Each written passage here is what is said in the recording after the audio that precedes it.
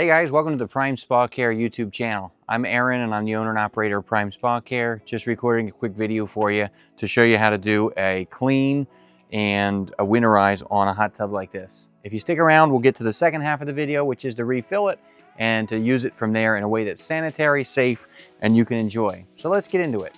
First things first, we got to get the water out of there. So you can use a sump pump like this. One of the ones I really like is this style where you've got the intake down here at the bottom. It'll allow you to get the water as close to the bottom of the spa as possible. In this case, we don't have that much water in the spa, so I'm not going to bother with the sump pump. We're going to get it out with the shop vac. But if you do have the shop vac, it's very, very important. You have some type of protector on your intake in here, some type of filter to help absorb some of that debris. You don't burn up your shop vac either. But we're going to use a combination of those to suck out the water and debris in the hot tub. Next, we got to find some way to sanitize the hot tub. This Clean and Perfect can be a great tool. The thing is, it is a little expensive for what it is, and you can get 99% of the same result out of just using chlorine and water. We'll show you exactly how to do that as well. All right, let's get into it. Fail. That's unplugged. That'll do it. And take two.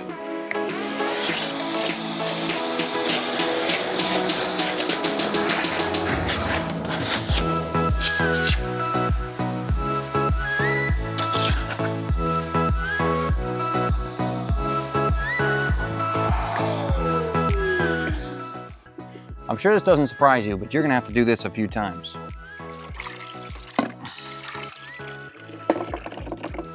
Hopefully the trap on your vacuum's working, right? You don't flood your motor. That would be a shame. Montage.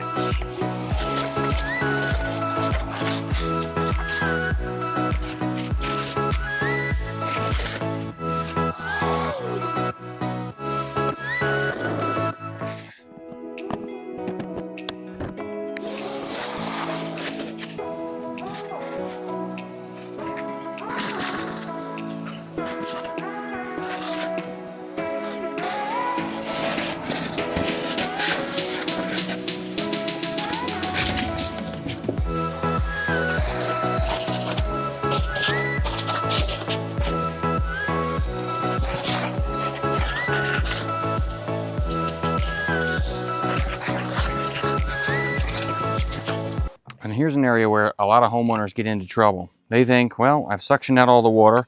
We're done now. I mean, it's not clean, but it's not going to freeze over the winter either. You could be wrong about that, especially in a larger hot tub.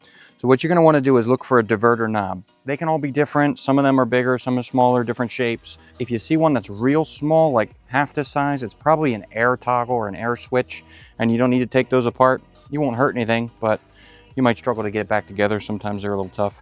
What you want to do is look for a knob like this that redirects water. When you turn it, it makes the water go one side or the other. If you know what that knob is, those are the ones you want to take apart. So take the handle off by just pulling it straight up. They pretty much all work exactly the same. Take the nut off. Again, it might look a little different than this, but it's going to be similar. Now make sure you get any gaskets that are loose out of the way. So this one here is in place pretty good. I'm not going to mess with it, but if I was going to suction here, we definitely wouldn't leave this here because we don't want to have it disappear. Now these can sometimes be a little bit tight. You might have to grab a small pliers, but if you do, just be real careful not to damage it. And this one's going to be stubborn, so I'm going to grab a pliers. We're going to try to go on without pinching it, leaving big marks in it. We're going to try to just grab it just enough to pull, and there it comes. What you'll notice with these is you get lines and markings along them, and that's where dirt and debris have kind of wedged in there and prevents you from turning it. So it's often a good thing if your diverters are sticking or you're stripping out this post to take these apart, clean them, and put them back in. It'll probably resolve the issue for you. Now, we didn't take this apart to talk about the diverter, really. We took it apart so that we could get more water out of the lines and into the hot tub so we can clean it out and prevent our hot tub from freezing. So I'm going to show you how to do that now. With our handy dandy vacuum here, we're going to take the hose from the front side. We're going to put it on the back. Don't get one of those Stanley ones I've seen or some of the other brands where they only suck in and then blow out the top.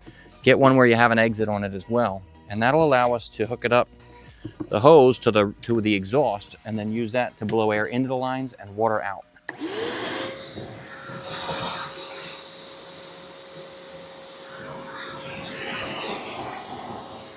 Use a rag to force the air in. You see a lot of it's coming up out of the pump over there. Some of it are coming out of the jets. I'm just gonna let it run for a few seconds. So this isn't a big hot tub, so I'm not real worried about it, but if this was a larger spa and you saw an obvious area like that where the water and the air is coming out and you really want it to push through all the jets and not just come out here, get a friend to take a rag or, I don't know, Tupperware, something, hold it over the opening as you're blowing air into that diverter, and that'll allow the air to come out the other jets and not just come out the easiest path available, and you should get more water out of the lines that way. We're gonna go back to suction to give this one more pass before we start sanitizing. I'm noticing in running the suction over these jets here that they haven't been cleaned out real well by blowing air in. So I'm gonna take a few minutes and go around to each of these jets, maybe not every single one. You have a manifold, which is a group of tubing that comes off of one main pipe, but you've got a manifold behind each of these seats. So more than likely, if we clean out one of them, especially one that's lower down, we're gonna get the rest of that water to that source as well. Another good spot to hit is this heat return in the footwell. That's the main heat return coming from your heater and your circulation pump. So it's important to get as much water out of there as you can.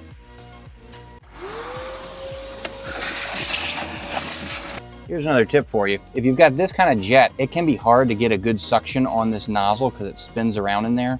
These are pretty easy because it's just a simple water flow, but pretty much all jets work by just twisting in and out. So if you've got a jet you're having a hard time with getting water out of, just rotate it a little bit, most of the time counterclockwise, and it should come out. In this model, there's a couple of tabs that hold it in place. In other models, they'll be threaded in here. But if you just rotate it around enough, most of them will pop forward, and that'll allow you to get your vacuum right into the jet body instead of having to go through the jet face first, which can be a little more complicated. You get some bugs back there too.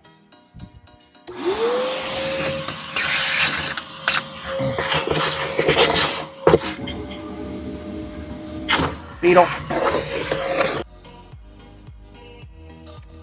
All right, so now we have our chlorine water. One thing I noticed was these jets are pretty gross. So I'm gonna go ahead and just dip them in here, rinse them back and forth pretty quickly, try to get the water running through them so that even if we have a little bit of debris in there, we don't have living mold, mildew, stuff like that.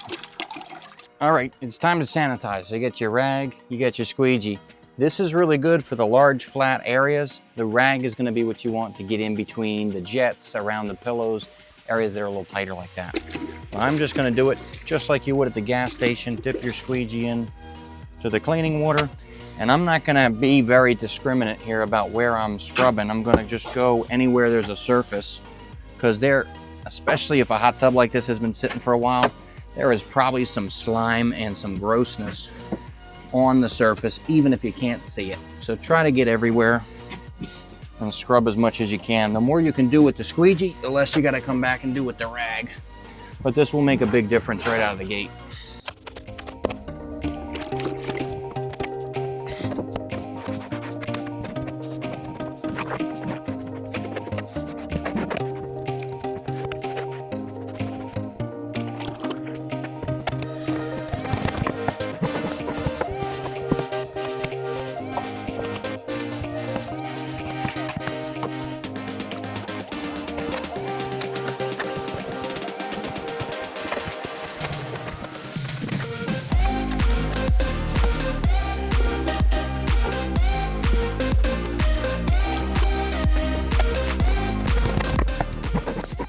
All right, so once you think you've hit everything as well as you can with the squeegee, I'm gonna come back and rinse it all down. The reason we wanna do that is get rid of the color so we can see what's still dirty and what needs to be wiped, what maybe we missed or some areas we had a hard time getting into. But rinsing it down is gonna help us to see that a lot easier.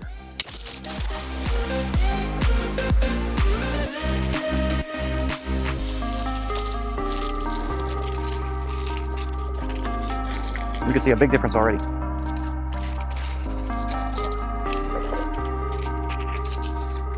Let's do a little more cleanup with the rag.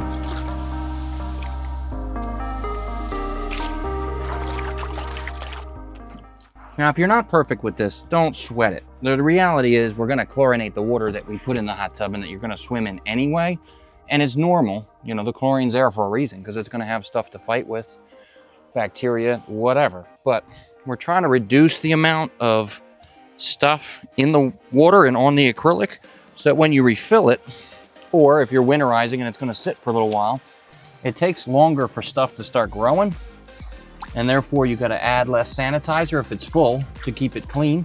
It should stay cleaner longer on its own, or at least with less chlorine, not none. Or if you're leaving it empty, it's not going to get quite as soupy quite as quick. And it is inevitable. It'll get a little stale over time. But if you've cleaned it out really well ahead of time, it's going to make a big difference and it'll last longer. Hopefully you can get through the winter without having tadpoles in your hot tub. All right, we're ready to go back to work with the vacuum. We're going to get the rest of this residue out of here and I'll be ready for the final step.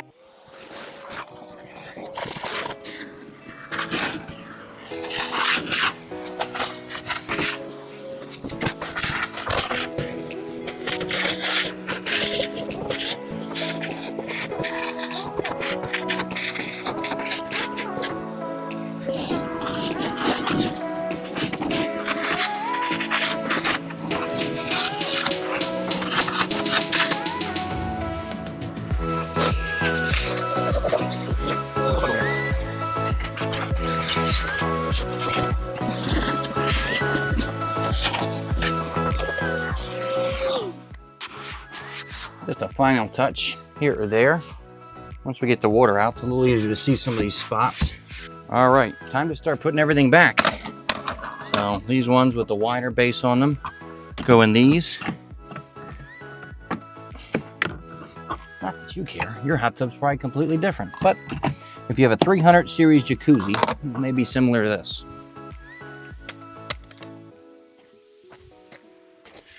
These over here. The key is to try to line up the tabs that are on the back of the jet there. This little spot there and this little here have to line up with the indentations on the jet itself. Once you get them in the right spot, it'll just pop in. There's no real magic to it. You just move it around a little bit until you find the right spot.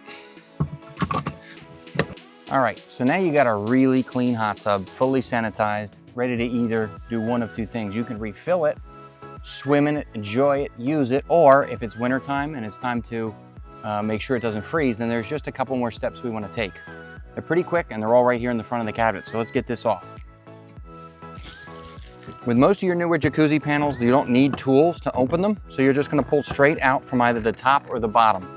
This one is actually kind of resistant up top, so I'm going to try the bottom. And if you can pull it off without breaking your neck, congratulations. The way these panels work is you got metal clips and they will grab a hold of this bar down here. And sometimes these are on the bottom, sometimes they're on the top, but this is what you want to pull out first because you can just pull it straight out and then the top will slide out. We'll do it in reverse when we're going back in. I'll show you that too. I'll leave that there for now. And now this one, same thing.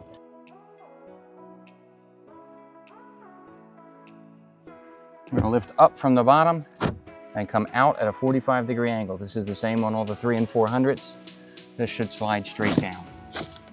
What it is, if you got a little bezel in here and there that fit together.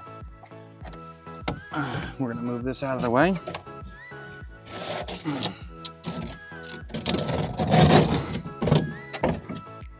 Now I'm cheating a little because this is a small hot tub. You've only got one real pump and one circulation pump as we knock panels over. Oh my goodness.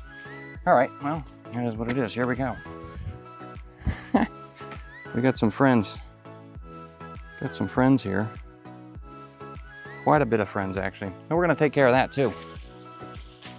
It is important not to let ants or obviously any kind of rodent get crazy in your hot tub. I'll be right back. All right, I'm back and they're going crazy. So we're gonna make sure to spray them real quick here. Hopefully this works. Hopefully you have a non-broken bug killer because this thing is not in real good shape. But what they'll do is if you leave them alive in here, they'll crawl into your electronics especially. I don't know why. They love the electronics. Ugh, goodness. That's a lot of ants. It's maybe more ants than I've seen before. No, that's not true, but it's a lot of ants. All right, so the way the plumbing is set up on this hot tub is you got the circulation pump, which is called a low flow circulation pump. And that has a very limited tube. It's the 3/4 inch line on that.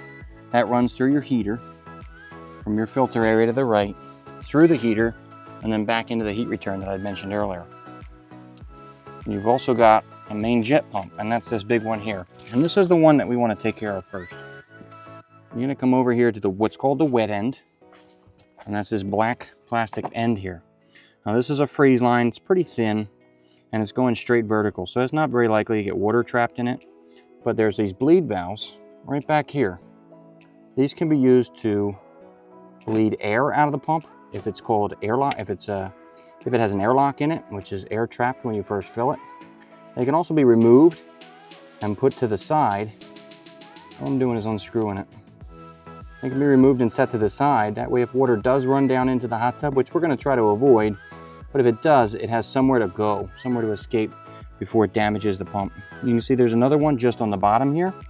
And that might be a little harder to get to, but that's probably the best one to get because it's as low as possible. Probably lower than any other plumbing in the hot tub. So you'll have a place for the water to evacuate there too. I'm just gonna twist it counterclockwise. You might have to get a pliers on it, but be careful, they are plastic.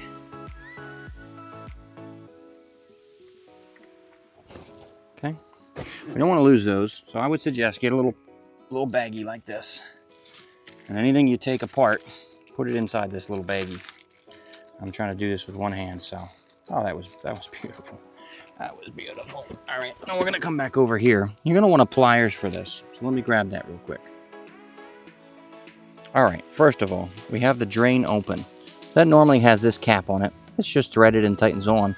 To open it, you rotate this part here, which is not the threaded. Well, they all rotate together, but there's a part back here that has these little notches on it, makes it easier to grab. And you can grab those and rotate it. When you go counterclockwise, that's open. Rotate it back clockwise, and that's closed. When we fill it, we're going to lock it closed and then put this cap on. This has a rubber gasket in it, so not only is the valve protecting you from losing water, but that rubber gasket there as well will. Probably going to want to clean all this garbage off the threads if you want it to seal. My hands are just a little dirty right now.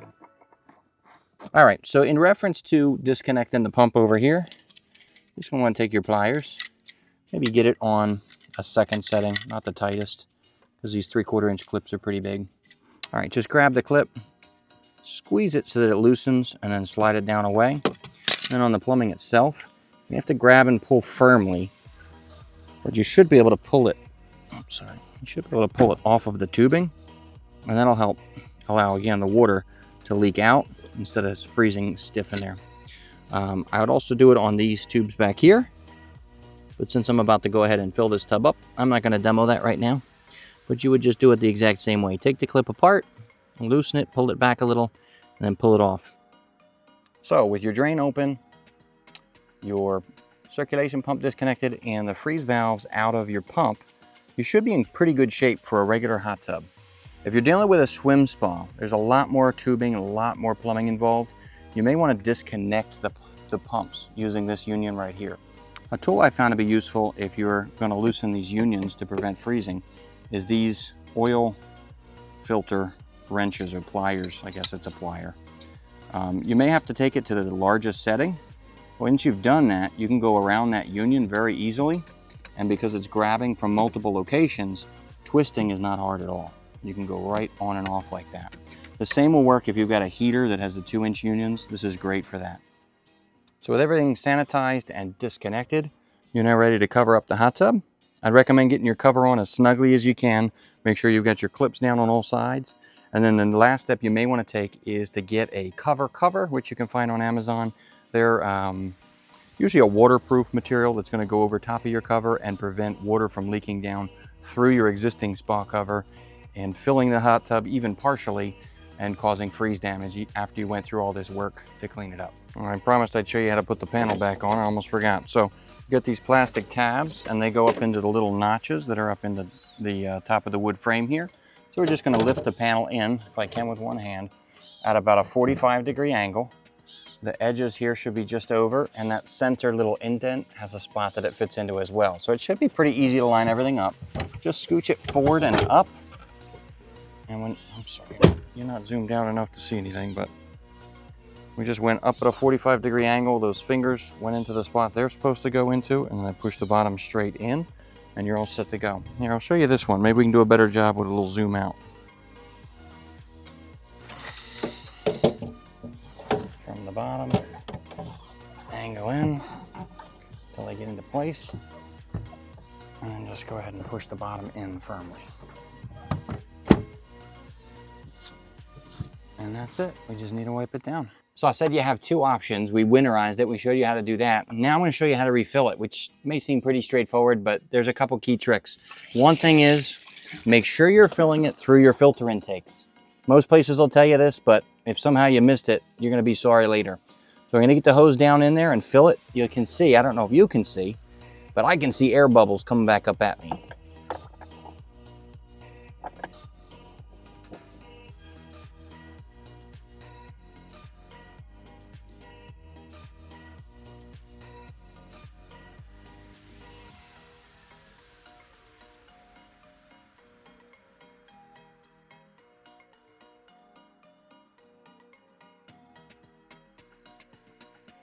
And that's about it. All full, ready to go.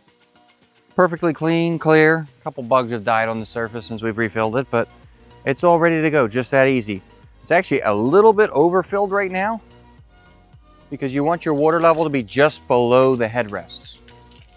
But the thing you'll notice with this, which is not a perfect install location, these pillows are going to be up above the water and that one's down in it. So sometimes you have to do your best, but I'd highly encourage you to get your hose shut off before you keep talking. As I was saying, I'd highly encourage you to get a level installation location just to avoid issues with extra strain and stress on the acrylic, the frame, those type of things can void a warranty even in a severe situation. A couple last tips I thought of as I was watching it refill. If you're having any issues with a flow error when you first start it up, go over to your filter area here. Make sure you take this out of the way, pull your filters out, and actually power the hot tub down and then start it up with no filters in the hot tub. That's going to help you to clear any air out of this system. If the flow error doesn't clear by removing the filters and restarting the breaker, you may have to get a little more active inside the panel. Those freeze plugs that we pulled out earlier, if you loosen one of those while the pump is on, it should push the air out there as well and allow you to get your circulation back. One other thing you can do, and this may sound silly or may not work every time, but it's something to try. You can take your diverter and loosen this cap. If there's air trapped in the tubing underneath of this cap, loosening a little will allow it to escape and then the water can come in behind, and that may clear an issue with water trapped in your lines as well. Anyway, that's all for today. We emptied it, cleaned it, sanitized it, and either refilled it or winterized. Showed you how to do both. And I hope you learned something from it. If you liked the video, please leave me a thumbs up or subscribe to the channel. We'll have more content like this coming in the future. Thank you for watching.